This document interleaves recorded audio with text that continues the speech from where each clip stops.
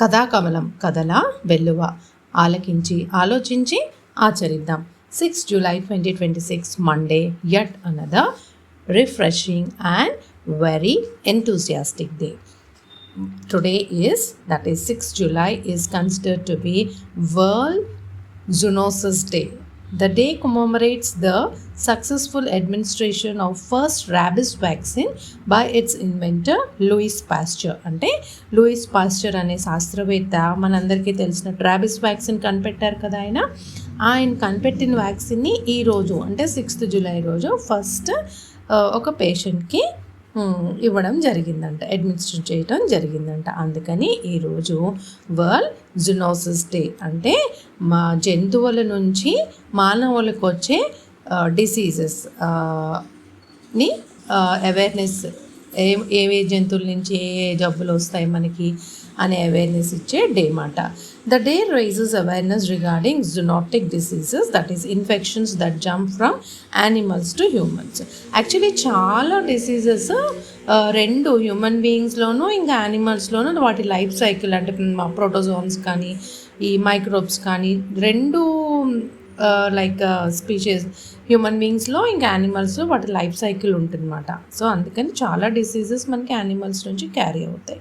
So the remedies are the veterinarian doctors ఎవరైతే ఉంటారో వాళ్ళు మనకి ఈ అవేర్నెస్ ఇస్తూ ఉంటారు. ఏంటి, వ్యాక్సినేషన్ ఇప్పించాలి మనం, పెట్స్ కానీ లేకపోతే పౌల్ట్రీ కానీ లేకపోతే మన లైవ్లీహుడ్కి పెంచుకునే ఆవులు గేదెలు ఇవన్నీ ఉంటాయి కదా, వీటన్నిటికీ కూడా వ్యాక్సినేట్ చేయాలి.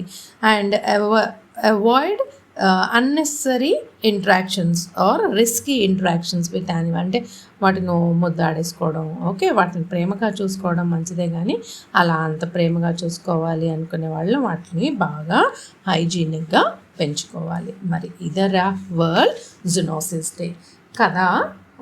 కథలోకి వస్తే కథ రాజులు యుద్ధాలు. మరి చూద్దాం ఏంటో. మరి అనగనగా ఒక అడవిలో పెద్ద అడవి అంటారు, అది చాలా పెద్ద అడవి అంట. ఆ అడవిలో 2 ఏరియాస్ ఉన్నాయంట. అంటే ఒకటేమో ఏదైతే పెద్ద కొలనులో ఉన్న ఏరియా, చాలా పెద్ద కొలనంట. ఆ కొలను చుట్టూరు ఏరియా ఒకటి రాజ్యం కింద, మిగతా అడవి అంతా కూడా ఒక రాజ్యం కింద పరిగణించుకుని ఈ కొలను ఉన్న ఏరియా అంతటికి హంసేమో రాజంట. ఆ అడవి ప్రాంతం అంటే కొలను దూరంగా ఉన్న ఏరియా అంతటికి కూడా నెమలి రాజంట. సో ఈ 2 రాజ్యాల వాళ్ళు హాయిగా ఎవరి రాజ్యంలో వాళ్ళు బాగా అంటే సమృద్ధిగా ఉన్నారంట. రాజులు బాగా పరిపాలిస్తున్నారంట, హంస కానీ నెమలి కానీ. కాకపోతే ఈ రాజ్యంలో ప్రజలలో కొంతమంది ఉంటారు కదా, ఇక్కడ మాటలు అక్కడ, లేకపోతే వాళ్ళ ఉనికిని చాటుకోవడానికి నెగిటివ్ వైబ్రేషన్ వాళ్ళు ఉంటారు కదా. అలాగే ఈ నెమలి రాజ్యంలోనేమో కాకి అంట, మరి ఈ హంస రాజ్యంలోనేమో కొంగ లాంటిదంట. సో ఒకసారి ఈ కొంగ ఎగురుకుంటూ, మరి అక్కడే ఉండిపోవు కదా, ఇటు అటు వెళ్తూ ఉంటాయి కదా. హంస వెళ్ళినప్పుడు కాకి పిలిచి, రా కొంగ మా రాజ్యంలోకి రా, మా నెమలి రాజు ఎంతో మంచివాళ్ళు, ఎంత అందంగా ఉంటారో చూపిస్తాను రాజుగారిని, మిమ్మల్ని మీకు రండి అని చెప్పి ఒక రోజంతా అట్టే పెట్టుకుని ఆతిథ్యం ఇచ్చి, మరి సరే అని కాకి అడిగిందంట అందరి ముందు. అంటే కొన్ని పక్షులు ఇంకా అన్నీ ఉన్నాయన్నమాట అక్కడ, యానిమల్స్ అని అడిగిందంట. మరి నువ్వు మీ రాజ్యం చూసావు, మా రాజ్యం చూసావు, మేమైతే మీ రాజ్యం చూడలేదు కదా, ఏ రాజ్యం బాగుంటుంది, ఏ రాజు బాగుంటాడు, ఏ రాజు బాగా అసలు ఎందుకు నువ్వు అటు వెళ్ళేదాన్ని పిలిచావు, భోజనం పెడతానన్నావు, పెట్టావు, ఎవరు బాగుంటారు ఎన్ని ఎందుకు అనగానే ఇక కొంగ కాసేపటికి మీరెవరు ఏమనుకోకపోతే మా రాజ్యానికి మీ రాజ్యానికి పొంతనేంటి, అసలు మా రాజుకి మీ రాజుకి పొంతనేంటి, మా రాజ్యంలో అందరం చాలా లావిష్గా ఏమంటారు లైవ్లీగా ఉంటాం, మీ రాజ్యం ఏంటి రాళ్ళు రాప్పులు ఎప్పుడు కూడా ఏదో ఎగురుకుంటూ డ్రైగా ఉంటుంది, మాది చాలా వెట్టిగా, అంటే కొలను దగ్గర ప్రదేశం కదా వీళ్ళు, అలా ఏదో ఎత్తు పొలాలు వేసి వాళ్ళ రాజుని, వాళ్ళ రాజ్యాన్ని, వాళ్ళ రాజ్య ప్రజల్ని పొగడుకోసాగిందంట. అయితే వీటన్నిటికీ కోపం వచ్చేసిందంట.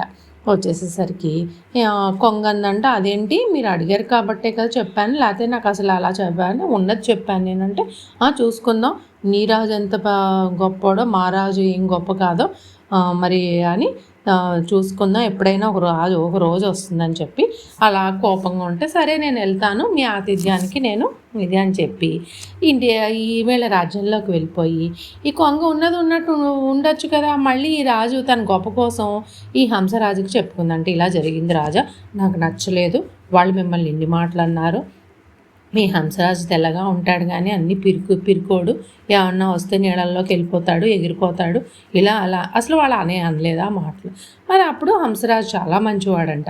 రాజులు ఎప్పుడు చాలా వరకు మంచివాళ్ళే ఉంటారా. ఇగో ఈ మధ్యలో ఇలా మీడియేటర్స్ ఉంటారే, వాళ్ళ మాటలు వినే పాపం రాజ్యాలు కోల్పోయి మరి యుద్ధాలు చేసి, అదే మన టైటిల్, రాజ్యాలు యుద్ధాలు చేసి, అందువల్ల ఎవరికి నష్టం జరిగేది, ప్రజలకే నష్టం జరుగుతుంది. సో అప్పుడు కొంగ ఇలా చెప్పగానే హంసరాజు అంటాడు, మనం ఎందుకు వెళ్ళావు వాళ్ళ రాజ్యంలోకి వెళ్ళినా, ఎందుకు ఇలాంటి అనవసరం మాటలు, మన రాజ్యంలోనే భోంచేయండి, పిలిచారని వెళ్ళాను రాజా, అంత మాటనే ఇలా ఇది చేయాలా అది చేయాలా అంటే, ఇక్కడ కాకి వెళ్ళి నెమలితో చెప్పిందంట, నెమలి రాజా అసలు మీరంటే పక్క రాజ్యం వాళ్ళకి లెక్కే లేదు, మనది రాజ్యమే కాదంట, చాలా పొడిగా రాళ్ళు రప్పల్లో ఏదో బతుకుతున్నాం అంట, మనకి ఒక ఇది అంటే అందం చందం లేవంట మన జీవితాల్లో అని ఇది. కానీ ఎలా అయితే యుద్ధం స్టార్ట్ అయిపోయి అందరికీ కాళ్ళు చేతులు వెరగొట్టుకొని అంటే ఒక చిన్న మాటకి చేసి, అప్పుడు ఇవన్నీ కూడా యుద్ధం జరిగిన తర్వాత నెమలి హంస కలుసుకొని, హంస నెమలిని చూసి నిజంగానే అది అంటే కొంచెం వెనక్కి వెళ్ళసాగిందంట. అప్పుడు నెమలి అందంటే, హంసరాజా నువ్వు చాలా మంచోడివి నాకు తెలుసు, ఏంటి ఇలా యుద్ధం జరిగింది, మీరు ఎందుకు యుద్ధం చేయమని చెప్పారంట, యుద్ధానికి కాల్ ఇమ్మని చెప్పారంట అంటే, లేదు నేను చెప్పలేదు, మీరు చెప్పారని మీ కాకి చెప్పింది మాకు అంటే, అప్పుడు అర్థమైందన్నమాట. మధ్యలో ఈ కొంగ కాకి ఇలా ఇక్కడ మాటలు అక్కడ మాటలు ఉన్నవి లేనివి కలిపి చెప్పడం వల్ల యుద్ధం స్టార్ట్ అయ్యి అందరికీ నష్టం కలిగింది. అప్పుడు నెమలి హంస మాట్లాడుకొని యుద్ధాన్ని కాల్ ఆఫ్ చేసేసి, అంటే ఆపేసి, అందరికీ మరి మెడికల్ ట్రీట్మెంట్స్ డాక్టర్స్ అందరినీ పిలిపించి అందరికీ రిలీఫ్ టెంట్స్ వేయించి రక్షించారంట. అప్పటి నుంచి కూడా ఆ రాజ్యాల్లో గొడవలు లేవంట. ఎప్పటి నుంచి, ఈ కొంగ కాకి లాంటి కుళ్ళు బుద్ధి ఉన్నవాళ్ళు, లేకపోతే వాళ్ళకి ఏంటంటే ఏదో పక్కన వాళ్ళు దెబ్బలాడుకుని, లేకపోతే వాళ్ళకి నష్టం జరిగితే వీళ్ళకి సంతోషం, కానీ మాటలు చెప్పేవాళ్ళకన్నా ఆ చెడు మాటలు విని ఆ పని చేసే వాళ్ళదే తప్పర్రా నన్ను అడిగితే మాత్రం. మరి ఇది రాజ్యాలు యుద్ధాలు, మనకి రాజ్యాలు వద్దు, యుద్ధాలు వద్దు, మనకి కథాకమలం ఉంటే చాలు, ఎందుకంటే మనందరం కథాకమలాలం కాబట్టి. మరి అభినయ గేయంలోకి వెళ్ళిపోదామా. సీతమ్మ వాకిటిలో సిరిమల్లె చెట్టు, సిరిమల్లె చెట్టేమో విరగా బూసింది, చెట్టు కదలకుండా కొమ్మ వంచండి, కొమ్మ విరగకుండా పూలు కోయండి, కోసిన పూలన్నీ దండా గుచ్చండి, దండా తీసుకెళ్ళి సీతమ్మకి ఇయ్యండి, దాచుకో సీతమ్మ రాముడంపేడు, దొడ్డి గుమ్మంలోన దొంగలున్నారు, దాచుకో సీతమ్మ దాచుకోవమ్మ, దాచుకోకుంటేను దోచుకుంటారు, సీతమ్మ వాకిట్లో సిరిమల్లె చెట్టు, సిరిమల్లె చెట్టేమో విరగా బూసింది, చెట్టు కదలకుండా కొమ్మ వంచండి, కొమ్మ విరగకుండా పూలు కోయండి, కోసిన పూలన్నీ దండా గుచ్చండి, దండా తీసుకెళ్ళి సీతమ్మకి ఇయ్యండి, దాచుకో సీతమ్మ రాముడంపేడు, దొడ్డి గుమ్మంలోన దొంగలున్నారు, దాచుకో సీతమ్మ దాచుకోవమ్మ, దాచుకోకుంటేను దోచుకుంటారు. సర్వే జనా సుఖినో భవంతు, లోకా సంస్థాం సుఖినో భవంతు. జై హింద్. ఉంటాను మరి.